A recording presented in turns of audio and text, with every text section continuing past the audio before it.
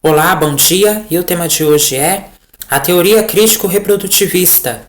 O objetivo da nossa aula é expor a discussão que ficou conhecida como teoria da escola reprodutivista, tendo como grandes expoentes dessa corrente os franceses Louis Althusser e Pierre Bourdieu.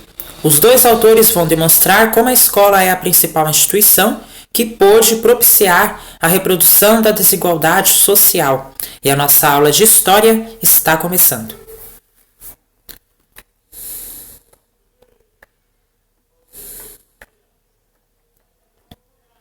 Em meados do século XX, alguns teóricos propõem um novo modelo para pensar a sociedade.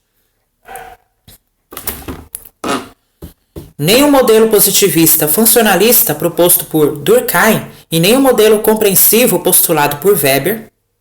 Tais teóricos, especialmente os franceses Louis Althusser e Pierre Bourdieu, vão demonstrar que a escola pôde propiciar a reprodução das desigualdades sociais, ainda que a partir de perspectivas diferentes. Então, aqui os dois teóricos, Louis Althusser e Pierre Bourdieu, eles vão demonstrar que a escola pôde reproduzir as desigualdades sociais, porque na escola tem muita desigualdade social, mas não é só na escola, né?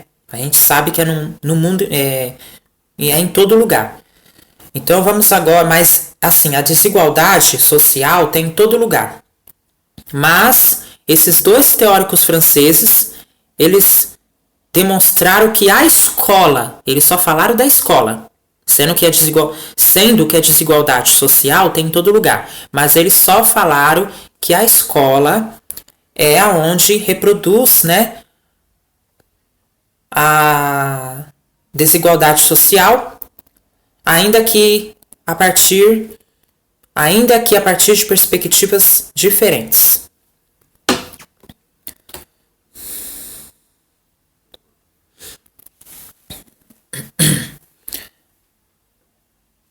Louis Althusser e os aparelhos ideológicos de Estado. Louis Althusser, 1918 a 1990, foi um filósofo francês influenciado diretamente pelas ideias de Karl Marx. Em sua obra Ideologia e Aparelhos Ideológicos de Estado, 1977, trabalha com os conceitos marxistas de Estado, como infraestrutura, superestrutura, ideologia, classes dominantes, entre outros. O autor parte da concepção marxiana de Estado presente no Manifesto do Partido Comunista que define o Estado como apenas uma comissão que administra os negócios comunitários de toda a classe burguesa. Nesse sentido, como uma das principais instituições sociais. No entanto, Althusser pensa o Estado como a parte repressora, nomeando-o como aparelho de Estado AE. Então, o AE, a sigla AE, significa aparelho de Estado, e as demais instituições sociais como os aparelhos ideológicos do Estado AIE. O AIE significa aparelhos ideológicos do Estado. Ok?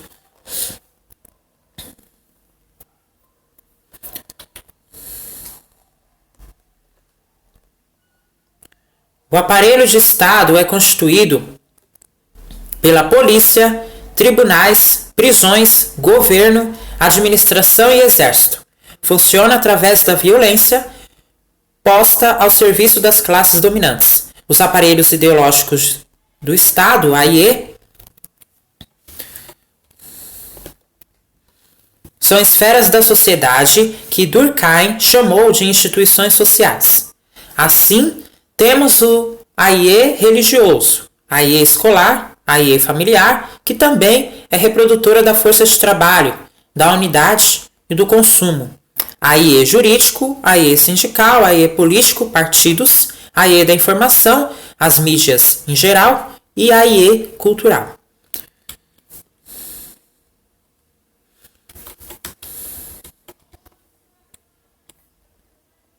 O AE é sempre público, é o próprio Estado. Nesse sentido, são as instituições sociais como, melhor dizendo, com a legitimidade da violência, polícias, forças armadas. Os AIE, em geral, aparecem como privados, uma vez que tais instituições não são reguladas pelo Estado. No entanto, estamos trabalhando com os conceitos de infraestrutura e superestrutura que Karl Marx nos apresentou, demonstrando como a ideologia capitalista determina toda a superestrutura. Portanto, Althusser vai afirmar que não existe aparelho de Estado sem ideologia. Em um primeiro momento, os AIE são puramente ideológicos. Embora muito diferentes entre si, os AIE funcionam embaçados pela ideologia da classe dominante.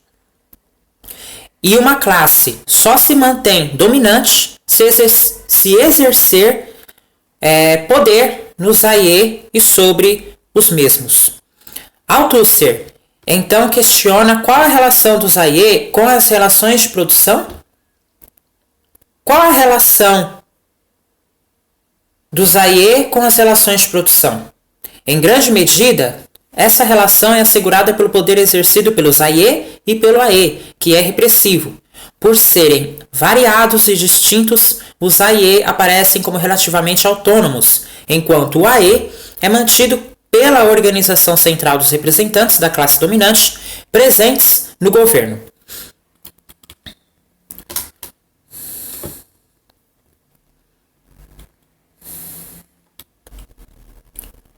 As formas contraditórias pelas quais a ideologia dominante se apresenta nos AIE é parte do processo de alienação a que somos submetidos. Por exemplo, os meios de comunicação coordenam o consumismo ao mesmo tempo que vendem seu espaço a anunciantes.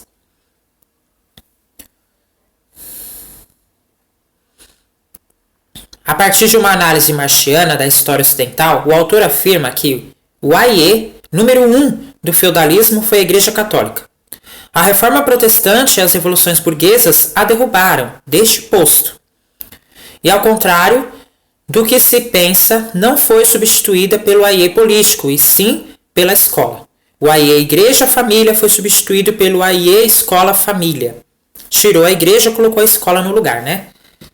Ao invés de ser Igreja-Família, tirou a igreja e colocou a escola-família, né? A igreja foi substituída pela escola no AIE. Assim, todos os AIE, aparelho ideológico do Estado, visam a reprodução das relações de produção e, consequentemente, das relações de produção capitalistas. Todos levam a isso. O político impondo a ideologia do Estado, democracia.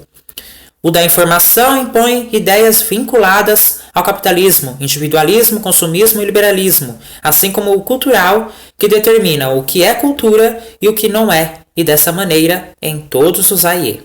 Entretanto, para Althusser, o mais importante aparelho ideológico do Estado é o escolar. Por isso que ele tirou a igreja e colocou a escola.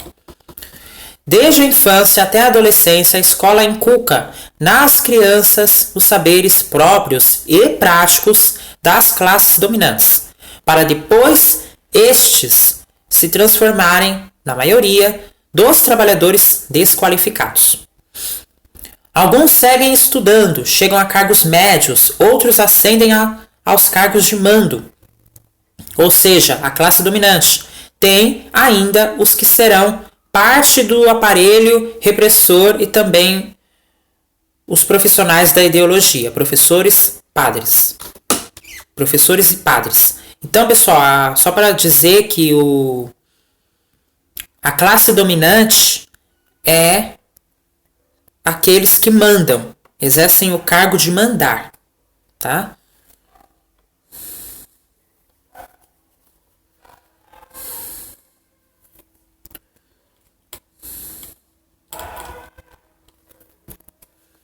Vistos a partir da ideia de papéis sociais, temos o explorado, com consciência profissional, moral e a política mais desenvolvida. O agente da exploração, que sabe mandar, os agentes da repressão, que sabem mandar e serem obedecidos sem discussão, e os profissionais da ideologia, que tratam as consciências com respeito, isto é, com o desprezo a chantagem, a demagogia que convém.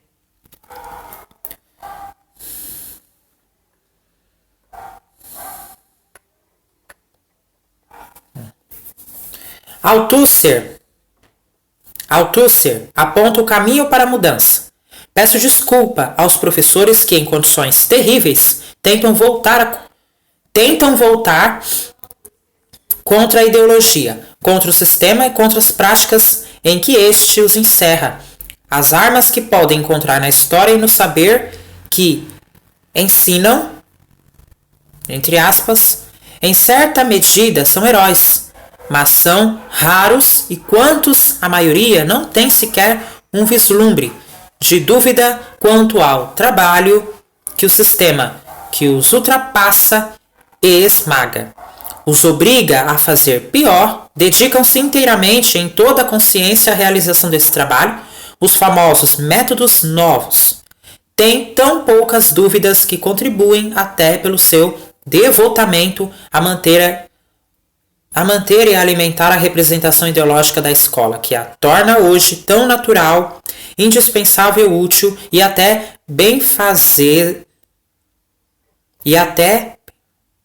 benfazeja aos nossos contemporâneos, quanto a igreja era natural, indispensável e generosa para os nossos antepassados de há séculos.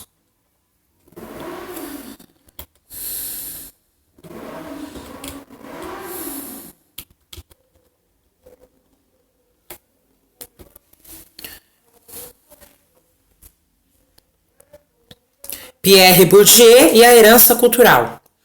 Pierre Bourdieu propõe outra forma de ler a escola. No lugar da igualdade de oportunidades, meritocracia e justiça social, o autor vê reprodução e legitimação das desigualdades sociais. Para ele, a escola não é transformadora, ela é uma instituição que legitima os privilégios. A primeira obra a tratar do assunto é Os Herdeiros, de 1964, e em seguida com Jean-Claude Passeron, A Reprodução, de 1970.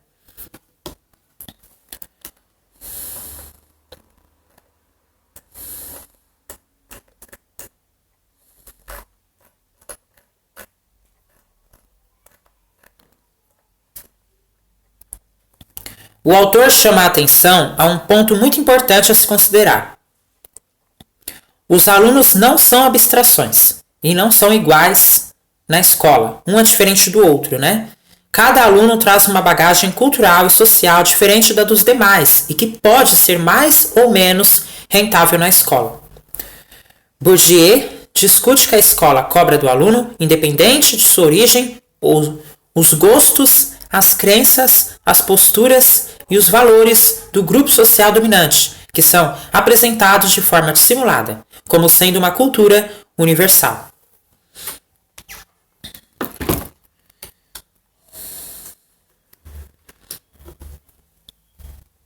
Assim, ao definir o currículo e o método, por exemplo, a escola reproduz as desigualdades sociais. Ela lê por quê? Porque como ninguém é igual a ninguém, na escola um é diferente do outro, então aí é onde reproduz as desigualdades sociais, porque um é diferente do outro, mas não pode ser assim. A gente tem que mudar isso. Mesmo que na escola um é diferente do outro, a gente tem que tratar todos com respeito e não diferenciar um do outro, né? Porque aí é onde gera, né? Se você vai diferenciar um do outro, gera a desigualdade social. Agora, se você tratar todos igual, você tem que tratar todos os alunos igual. Você não pode tratar um diferente do outro por eles serem diferentes, tá? A gente tem que tratar todos os alunos iguais, mesmo que um é diferente do outro, a gente tem que tratar todos os alunos iguais, tá? Não podemos tratar diferente. Pela sua classe social ou pela sua cor. Todos têm que ser tratados iguais na sala de aula. Não só o professor, como os próprios colegas têm que tratar todos igualmente. Não pode tratar não pode tratar diferente. Tá, pessoal? Temos que acabar com essa desigualdade social. Ela legitima as desigualdades sociais, estimulando as bases sociais, transformando as diferenças sociais em diferenças acadêmicas e cognitivas, e que por isso relacionam-se a métodos e a algo inato. Bourdieu critica as teorias que veem no sujeito, enquanto indivíduo, uma grande capacidade autônoma e consciente de suas ações, teorias estas que chama de subjetivistas e que levam em consideração as representações, escolhas e ações individuais. Oposto a isso, Bourdieu afirma o caráter social das nossas atitudes. Tudo em nós é construído socialmente, dos gostos mais íntimos, preferências, postura corporal, até a entonação da voz, passando inclusive pela aspiração da carreira. Também critica as teorias objetivistas, como o estruturalismo, que, segundo ele, reconhece as propriedades que estruturam, mas não demonstram o processo, ou seja, a operação que estrutura dentro das práticas sociais, pois partem de explicações, em geral, da linguística ou socioeconômicas. Segundo Bourdieu, a estruturação dos comportamentos individuais dá-se de dentro para fora e o conceito hábitos permite a compreensão dessa ideia. A introjeção desses gostos, crenças e preferências, que é o hábitos, entendido como um conjunto de disposições de sua família ou grupo social, é atualizado em diferentes espaços de socialização. Esse conjunto de disposições são princípios de orientação e são adaptáveis a diversas situações. Trata-se de uma relação dinâmica, não determinada previamente, e que vai se perpetuando através do próprio sistema de disposições no qual foi criado e nas condições onde tais disposições fossem aplicadas, mas não é rígido e nem mecânico.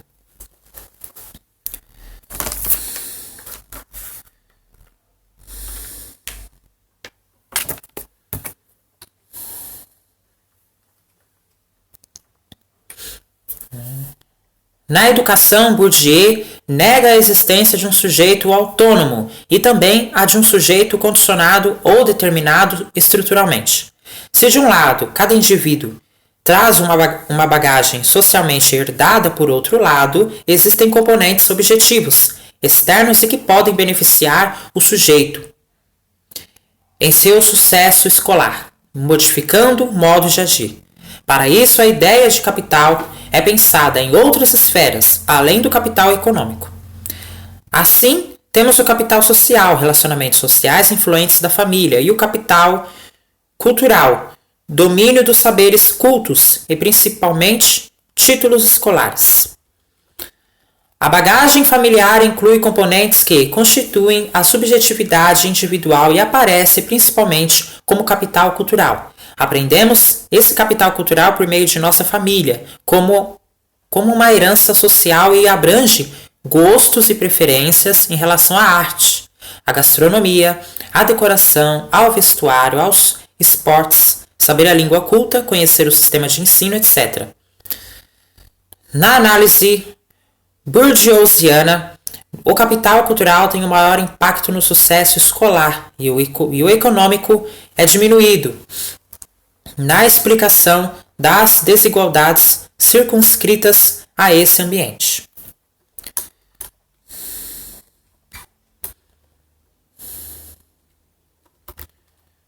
O capital cultural leva ao aprendizado de conteúdos e códigos escolares as referências culturais. Os conhecimentos tidos como legítimos que os alunos trazem de casa funcionam como uma ponte entre a casa e a escola. Ajudando na aprendizagem. Na escola há todo um capital cultural a ser apreendido. Assim, para os que não têm tal capital cultural, a escola é sempre estranha, para dizer o mínimo.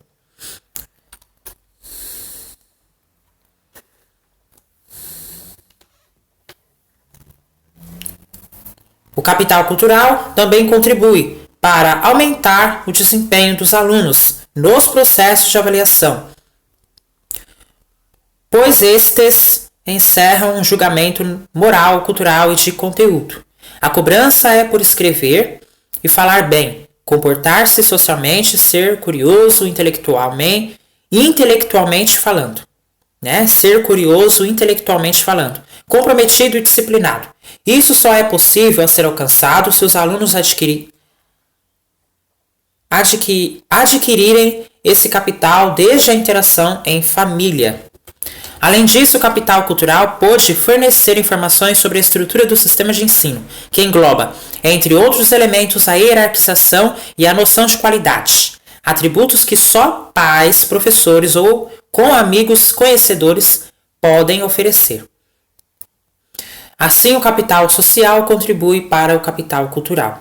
O capital econômico, quando transformado em viagens de estudo, em visitas a museus e exposições, ao acesso à literatura, só melhora o desempenho escolar do aluno se este tiver como bagagem familiar o capital cultural para a compreensão dessas atividades. Ainda em relação à família, Bourdieu afirma que os grupos agem de acordo com suas experiências de sucesso ou fracasso, constituindo um saber prático que é utilizado como conjunto de disposições que orientará os investimentos futuros.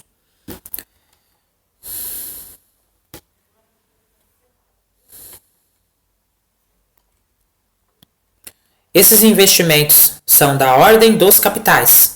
No caso de educação, esse hábitos vai levar ou não o filho ao curso superior X ou Y, ou colocará um fim na sua instrução. E são pensados levando-se em consideração o retorno do investimento, tanto no mercado de trabalho como em outros mercados simbólicos como o matrimonial. Vamos agora falar um pouco das classes e o investimento em educação.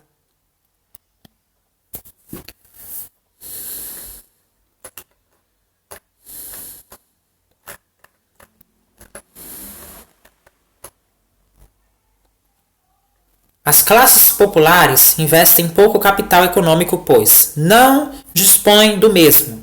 Na lógica do custo-benefício, este último é incerto e a longo prazo. Não há grande acompanhamento do desempenho por parte dos pais. Busca-se educação rápida e para o trabalho. Em geral, elevam-se ligeiramente em relação aos pais, até por conta do que ele chama de inflação dos títulos. As classes médias disporão de muito capital econômico, pois, como não possuem grande capital cultural, esperam que seus filhos o tenham.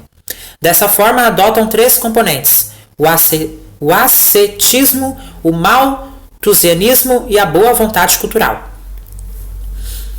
O primeiro resulta em gastos cada vez menores com prazeres para propiciar melhor educação ou para benefício futuro. Tem maior disciplina e maior autocontrole. O segundo se traduz num número menor de filhos, menor que as classes populares e maior que a elite. E o terceiro em busca de cultura, adquirindo capital cultural, ou seja, a cultura é legítima, compra de livros, visita a eventos culturais, etc.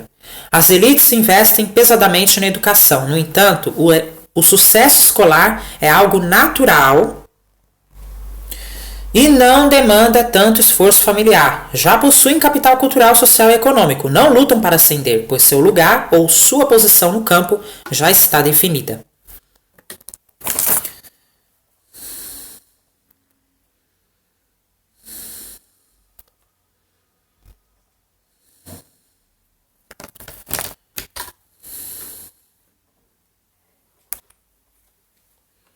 E para encerrar, eu vou falar aqui da escola e o processo de reprodução das desigualdades sociais.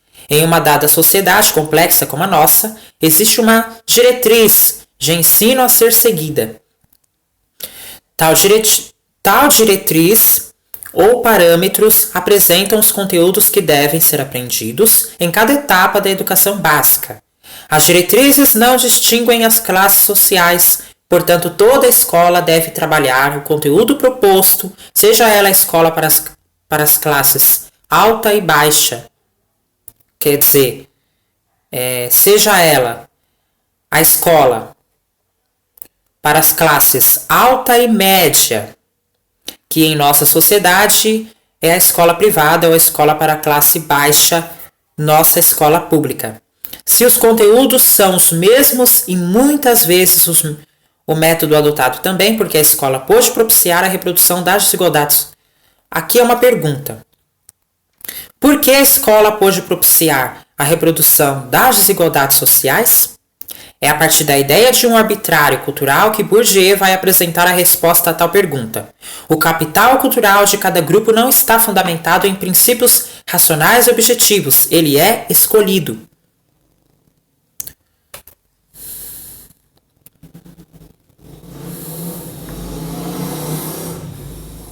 De forma arbitrária.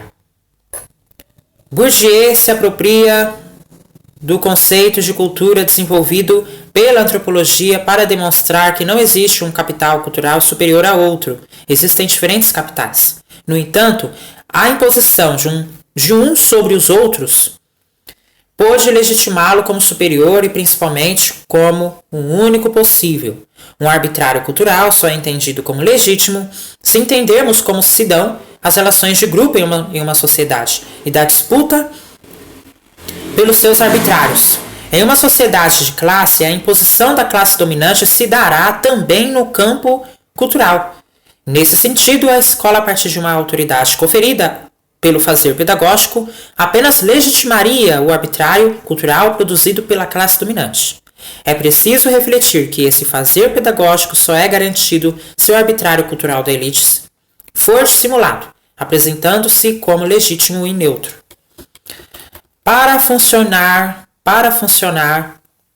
ou seja, favorecer os mais favorecidos e desfavorecer os menos favorecidos e desfavorecer os menos favorecidos, é preciso que a escola ignore a origem dos alunos. Assim, ao tratar formalmente de modo igual em direitos e deveres quem é diferente, a escola privilegiaria dissimuladamente quem, por sua bagagem familiar, já é privilegiado.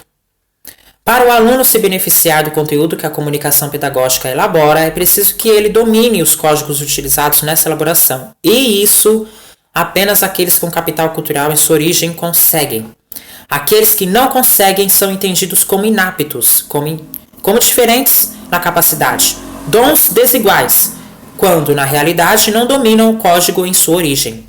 Assim, a reprodução seria garantida pelo simples fato de que os alunos que dominam, por sua origem, os códigos necessários à decodificação e assimilação da cultura escolar e que, em função disso, tenderiam a alcançar o sucesso escolar, seriam aqueles pertencentes às classes dominantes. A legitimação das desigualdades sociais ocorreria, por sua vez, indiretamente pela negação do privilégio cultural dissimuladamente oferecido aos filhos das classes dominantes. Os filhos das classes dominantes percebem sua facilidade como inerente à sua personalidade. Não como uma herança cultural, os das classes dominadas. Da mesma forma, sua dificuldade como parte de sua personalidade. A inclusão da cultura legítima em detrimento da cultura de origem não é a maior parte da violência simbólica que a escola impõe. A maior é reconhecer tal cultura como legítima e superior àquela de sua origem.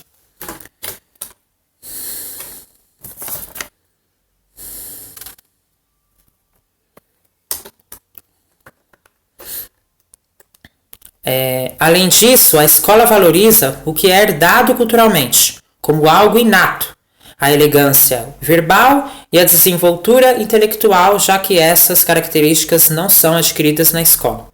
É também uma pedagogia do implícito que está presente no fato de que a escola comunica algo que supõe implicitamente um capital cultural de origem. Essa abordagem recebeu algumas críticas, elas recaem sobre a questão do arbitrário justamente porque muitos dos conhecimentos transmitidos pela escola não são arbitrários. São conhecimentos considerados válidos e legítimos na esfera epistemológica e não arbitrários da classe dominante. Mas também pôde ser o inverso, uma vez que estes conhecimentos são válidos. A classe dominante apropriou-se dos mesmos. Outra crítica recai sobre o fato de que os professores da escola, os princípios pedagógicos e os métodos são diferentes. Diversas iniciativas que procuram aproximar a cultura de origem à da escola parecem propiciar o adiamento da desistência dos alunos com um menor capital cultural. A análise de Bourdieu permanece importante para pensarmos a escola. Precisamos pensar que o autor apresenta a escola como a instituição que contribui para conservar a desigualdade social. Portanto, ela pode também fazer o contrário. Tá, pessoal?